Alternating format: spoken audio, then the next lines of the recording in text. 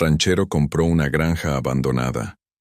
Regresó semanas después y encontró a 4 mujeres viviendo allí.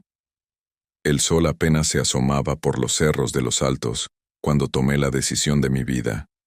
A mis 55 años, con la piel curtida por el sol y las manos callosas de tanto trabajar, firmé los papeles que me convertían en el dueño de la hacienda La Escondida, una propiedad abandonada por décadas, envuelta en leyendas que recorrían toda la región, pero que para mí representaba el sueño de toda una vida de trabajo honrado. ¿Está seguro, don Ismael?, me preguntó el licenciado mientras me extendía la pluma fuente. Dicen que esa hacienda tiene historia. Las historias las hacen los vivos, licenciado, no los muertos, respondí firmando con decisión el último papel. Guardé las escrituras en el interior de mi chamarra de piel. Sombra, mi pastor belga malinois, me esperaba afuera de la notaría, sentado con esa dignidad que solo los perros de su casta poseen. Lo había encontrado hace 7 años, un cachorro hambriento que alguien abandonó cerca de mi rancho. Desde entonces, se convirtió en mi sombra, de ahí su nombre, y en el mejor compañero que un viudo como yo podía pedir. Ya está, Sombra, la compramos, le dije mientras le acariciaba su cabeza negra, y él me respondía con un leve movimiento de cola. Esa tarde, conduje mi camioneta hasta La Escondida para contemplar lo que ahora era mío. La hacienda se levantaba majestuosa, aún en su abandono, muros de piedra de más de un siglo, un patio central invadido por la maleza, un portal con columnas que alguna vez fueron blancas, y una capilla pequeña con el techo parcialmente derrumbado. Todo estaba ahí, esperando una nueva vida. Sombra corrió por el patio, olfateando cada rincón con curiosidad.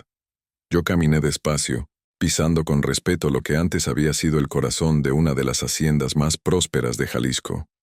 El eco de mis botas sobre los pisos de cantera me devolvía el sonido de generaciones pasadas. Tendremos que trabajar duro para devolverle su gloria, murmuré para mí mismo. Decidí no quedarme esa noche. Había asuntos que arreglar en mi rancho principal antes de dedicarme por completo a la restauración de La Escondida. Además, necesitaría materiales, herramientas y algunos de mis trabajadores de confianza. Calculaba unas 2 o 3 semanas antes de poder regresar para empezar la limpieza. Vamos, Sombra, ya volveremos pronto. El perro me miró con cierta resistencia, como si quisiera quedarse a explorar más, pero finalmente obedeció y saltó a la camioneta.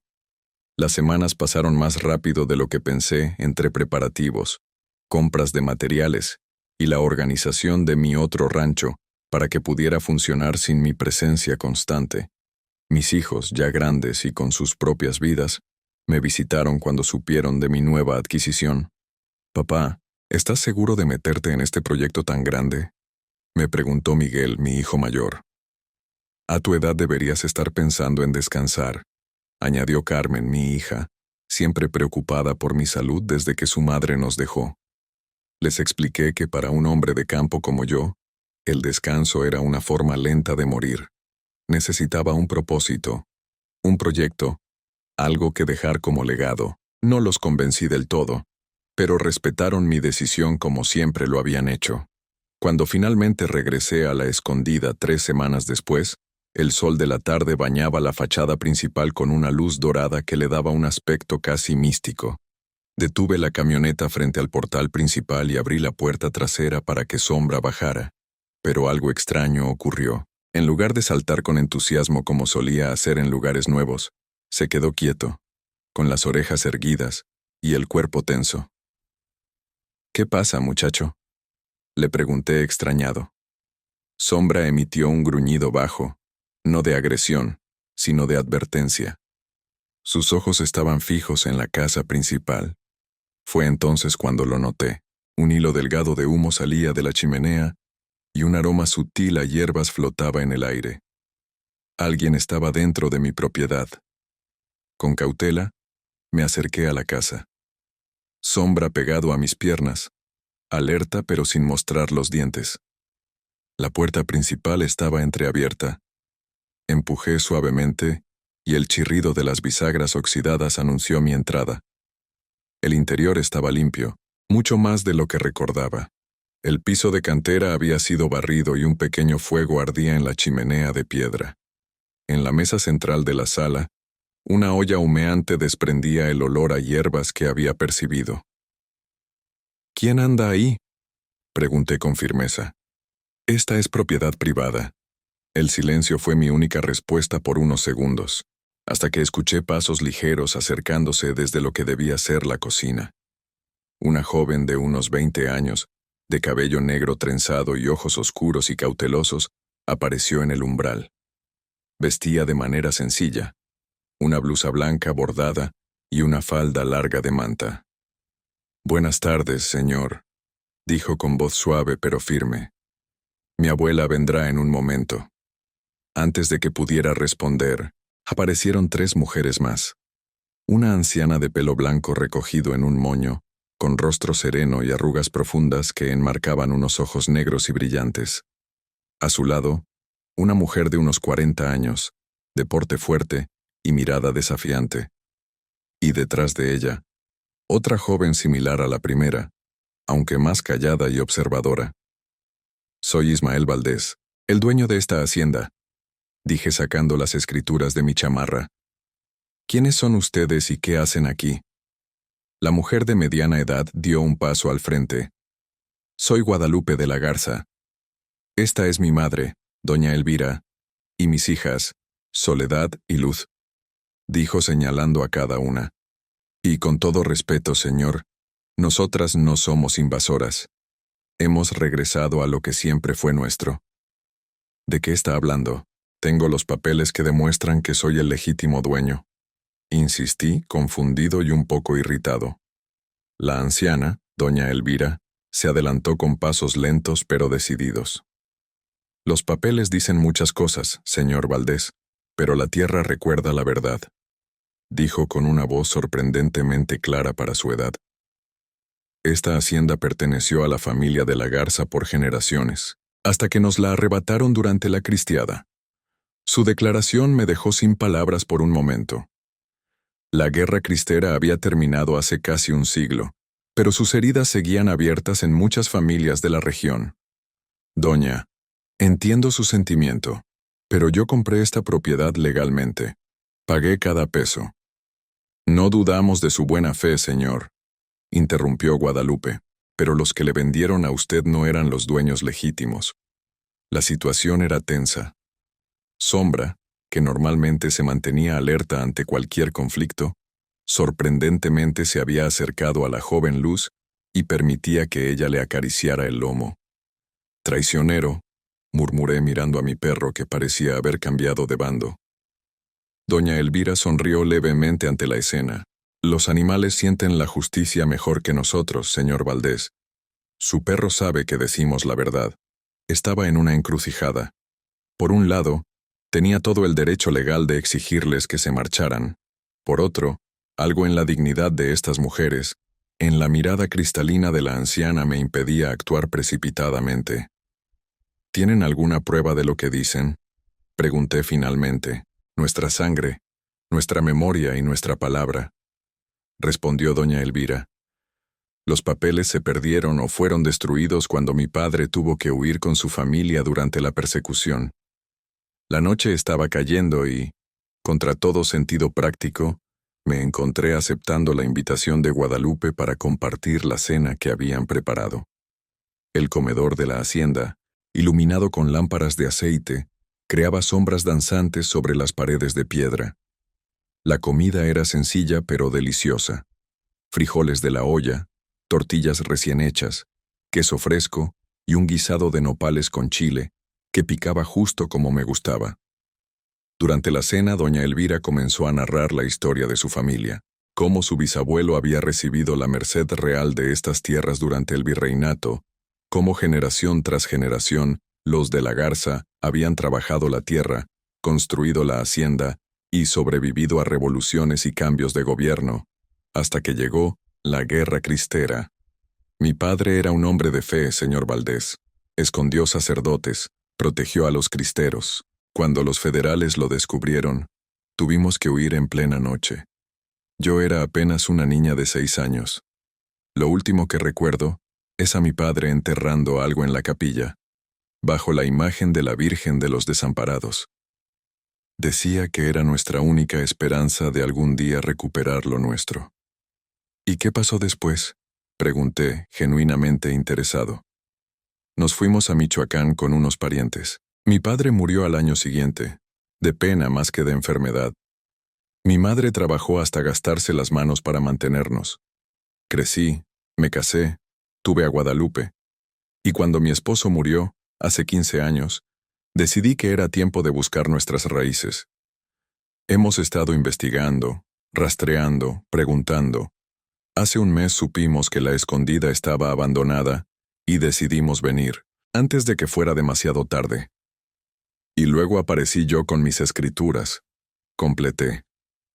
Así es, confirmó Guadalupe. Pensábamos quedarnos solo unos días, tratar de encontrar lo que mi abuelo escondió, si es que aún existe. Pero entonces llegó usted. La historia era conmovedora, pero yo era un hombre práctico. Sin pruebas, sin documentos, ¿cómo podía creer que estas mujeres eran las verdaderas dueñas? Esa noche decidí quedarme en la escondida. Las mujeres me prepararon una habitación en el ala este, la más conservada de la casa. Sombra, para mi sorpresa, eligió dormir cerca de la puerta de luz, como si hubiera encontrado una nueva persona a quien proteger. Al día siguiente, temprano, me dirigí al pueblo cercano. Necesitaba información, confirmaciones, algo que me ayudara a tomar una decisión justa. En la plaza principal encontré a don Joaquín, un anciano de 90 años que se sentaba todos los días bajo el mismo árbol a ver pasar la vida. ¿La escondida? Claro que la recuerdo en sus buenos tiempos, me dijo después de que le invité un café en la fonda del pueblo. Era de los de la Garza, gente decente y trabajadora. El último patrón, don Francisco, era muy querido por todos. Cuando tuvieron que huir durante la persecución religiosa, fue una tragedia para el pueblo entero.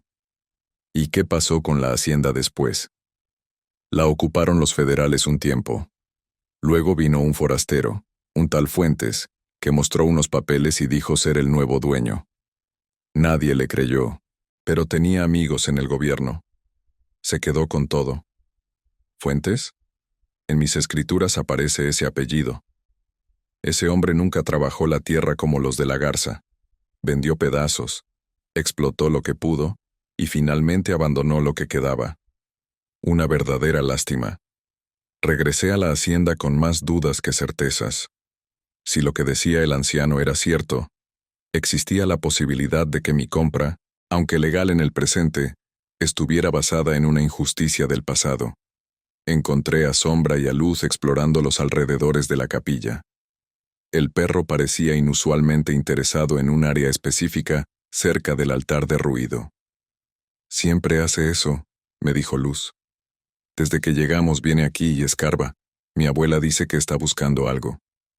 ¿La Virgen de los Desamparados estaba ahí?, pregunté señalando un nicho vacío en la pared. Según mi abuela, sí. Era la patrona de la hacienda. En ese momento, Guadalupe nos llamó para el almuerzo. Durante la comida, comuniqué mi decisión. Me quedaré unos días más.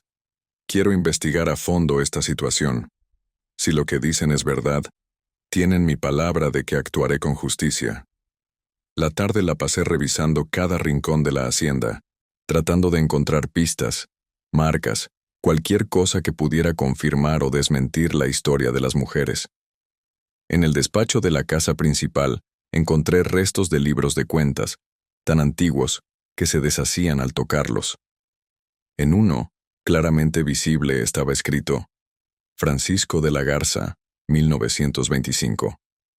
Esa noche, después de la cena, doña Elvira me pidió que la acompañara a la capilla. Bajo la luz de la luna llena, el lugar tenía un aire solemne a pesar de su deterioro. Mi padre siempre nos decía que la tierra y los documentos que la protegen son sagrados, señor Valdés. Por eso los escondió bajo la protección de la patrona de los olvidados. Si esos papeles siguen aquí, son nuestra única esperanza. ¿Han buscado?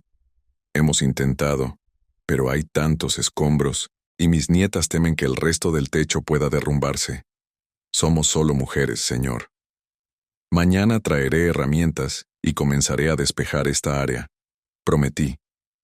Si hay algo que encontrar, lo encontraremos. Durante 3 días, trabajé incansablemente en la capilla, removiendo escombros, reforzando vigas y buscando cualquier señal de un escondite. Sombra no se separaba de mí, olfateando entre las piedras y ladrando ocasionalmente cuando algo llamaba su atención. Las mujeres me ayudaban como podían, trayendo agua, preparando comida, sosteniendo lámparas cuando el sol se ocultaba. Fue al atardecer del tercer día cuando ocurrió. Estaba arrodillado frente al altar, examinando las baldosas, cuando Sombra comenzó a rascar frenéticamente en un rincón, justo debajo de donde debía haber estado el nicho de la Virgen. Tranquilo, le dije acercándome. ¿Qué encontraste? El perro seguía insistiendo, emitiendo pequeños gemidos de excitación. Con una palanca, levanté las baldosas que Sombra señalaba. Debajo apareció un hueco perfectamente tallado en la piedra, y en su interior, una caja de madera de mezquite, sellada con cera de abeja. «¡Doña Elvira!», grité. «Venga, rápido». Las 4 mujeres llegaron corriendo. Al ver la caja, los ojos de la anciana se llenaron de lágrimas. «La reconozco», susurró. «Era de mi padre. La usaba para guardar sus documentos más importantes». Con manos temblorosas, rompí el sello de cera que, milagrosamente, había resistido décadas de humedad. Dentro encontramos varios documentos amarillentos, cuidadosamente doblados. El primero que desenrollé era el título original de propiedad, una merced real con sellos y firmas que databan de 1792. El nombre de la familia de la Garza aparecía claramente como beneficiaria de estas tierras. «Es verdad», murmuré más para mí mismo que para los demás. Pero había algo más. Una carta fechada en 1927, escrita con una caligrafía elegante pero apresurada. La leí en voz alta. «A quien encuentre este documento. Yo, Francisco de la Garza, legítimo propietario de la hacienda La Escondida, me veo obligado a abandonar estas tierras que mi familia ha trabajado por generaciones. No puedo llevar conmigo estos papeles, pues sería peligroso si me detienen en el camino. Los dejo aquí, bajo la protección de Nuestra Señora, con la esperanza de que algún día mis hijos o los hijos de mis hijos puedan reclamar lo que es suyo por derecho. He encomendado a mi fiel capataz, Ramiro Valdés, que cuide de estas tierras como si fueran suyas, hasta que mi familia pueda regresar. Es un hombre honorable en quien confío plenamente». La carta continuaba con detalles sobre deudas y asuntos pendientes, pero yo me había quedado paralizado al leer el nombre. Ramiro Valdés. Mi bisabuelo. Ramiro Valdés era mi bisabuelo, dije con la voz quebrada. Las 4 mujeres me miraron asombradas. ¿Su bisabuelo era el capataz de mi abuelo?, preguntó doña Elvira con los ojos muy abiertos. Así parece. La historia que me contaron era que había comprado unas tierras y poco a poco fue prosperando. Nunca mencionaron La Escondida específicamente. Sentí cómo las piezas de un rompecabezas ancestral comenzaban a encajar. Mi familia nunca había sido dueña legítima de estas tierras. Mi bisabuelo probablemente las protegió como le fue encomendado, pero con el paso del tiempo y la confusión de la guerra, él o sus descendientes debieron asumir la propiedad, olvidando o ignorando el pacto original. Me senté en los escalones del altar derruido, tratando de procesar lo que acababa de descubrir. Sombra se acercó y apoyó su cabeza en mi rodilla, como si entendiera mi conmoción. La tierra siempre sabe quiénes son sus verdaderos dueños, dijo doña Elvira sentándose a mi lado. No lo culpo a usted, señor Valdés.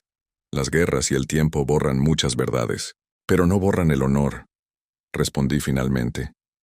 Mi padre me enseñó que la palabra de un hombre vale más que cualquier papel firmado, y parece que mi bisabuelo dio su palabra al suyo.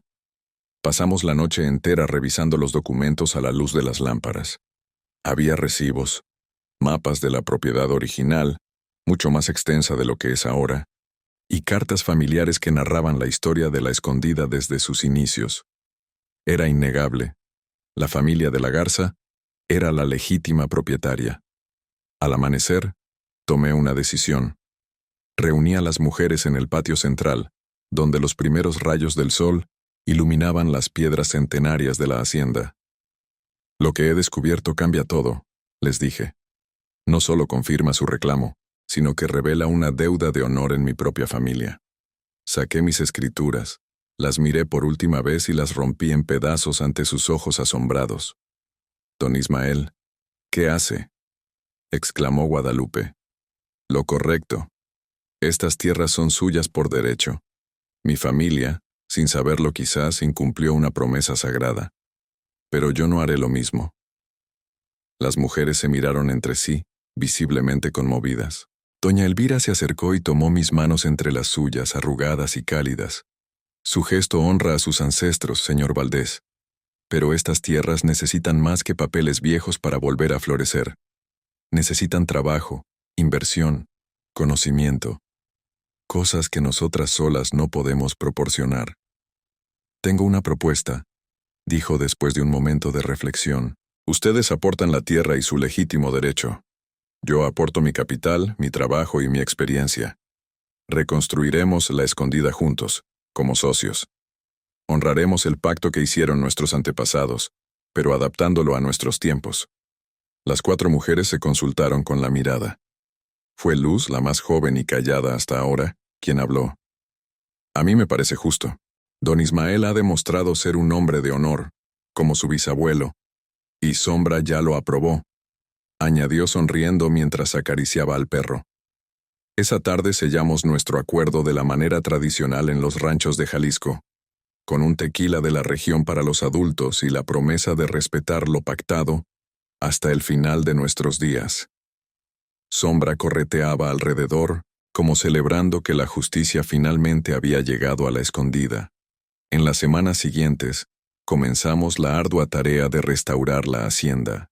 Contraté trabajadores, compré materiales y puse todo mi conocimiento al servicio de este proyecto, que ahora sentía más mío que nunca, aunque legalmente ya no lo fuera. Las mujeres, por su parte, aportaban su conocimiento de las tradiciones familiares, decidiendo qué conservar, qué modificar y cómo honrar la historia del lugar. La capilla fue lo primero que reconstruimos, y en su altar colocamos una nueva imagen de la Virgen de los Desamparados, protectora de la hacienda y guardiana de sus secretos durante tantos años. Los documentos originales los enmarcamos y los colgamos en el salón principal, como testimonio visible de la verdadera historia de la escondida. Una tarde, mientras supervisaba la reconstrucción del techo de la casa principal, vi a Sombra y a Luz corriendo por los campos recién sembrados. El perro parecía más joven, más vital que nunca, como si hubiera encontrado un nuevo propósito. Me di cuenta de que yo sentía lo mismo. «El perro siempre supo», dijo doña Elvira apareciendo a mi lado con una taza de café caliente. «Los animales entienden la justicia mejor que nosotros. Por eso lo llevó hasta los documentos». ¿Cree que fue eso? ¿O simplemente olió la madera y la cera? La tierra habla, señor Valdés. A veces a través de los animales, a veces a través de los sueños, a veces a través del viento. Pero siempre dice la verdad a quien sabe escuchar. Sonreí ante su sabiduría. En mis años de ranchero, había aprendido a respetar las creencias de los antiguos, aun cuando no siempre las compartiera. Un año después, la escondida comenzaba a parecerse a lo que debió ser en sus días de gloria. Los campos daban buenas cosechas, el ganado engordaba en los pastos verdes, y la casa principal resplandecía con su nuevo techo de tejas rojas y sus paredes encaladas. Habíamos contratado a gente del pueblo, revitalizando la economía local. Mis hijos, inicialmente escépticos, terminaron involucrándose en el proyecto. Miguel se encargaba de la parte administrativa, mientras Carmen había desarrollado una línea de productos artesanales con la marca La Escondida, que ya comenzaba a venderse bien en la ciudad. En cuanto a mí, decidí construir una pequeña casa en una esquina de la propiedad, lo suficientemente cerca para supervisar todo. pero respetando la privacidad de las mujeres en la casa principal. Sombra iba y venía entre ambas casas, dividiendo su lealtad entre Luz y yo, aunque sospecho que ella se llevaba la mejor parte. Una noche, sentado en mi portal viendo las estrellas con Sombra a mis pies, reflexioné sobre el extraño giro que había dado mi vida.